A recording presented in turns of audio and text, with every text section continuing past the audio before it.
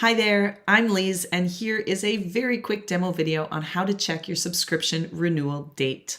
Of course, this is very important information, so let me show you how you can quickly find that on your own.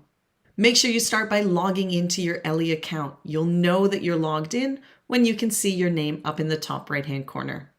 To look into any information related to your account, simply go up to your name, click on the drop-down button, and select Account. Inside your account, you'll see all of your personal information as well as the settings that you've set up in your account. But to look at your renewal date, all you need to do is go over to Subscription on the left-hand side underneath Account.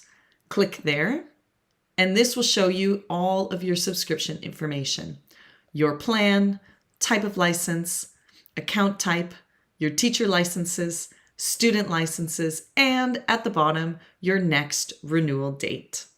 So there it is, teachers and administrators. If you're ever looking for your subscription renewal date, simply go to your account, click on subscription, and scroll down to the bottom.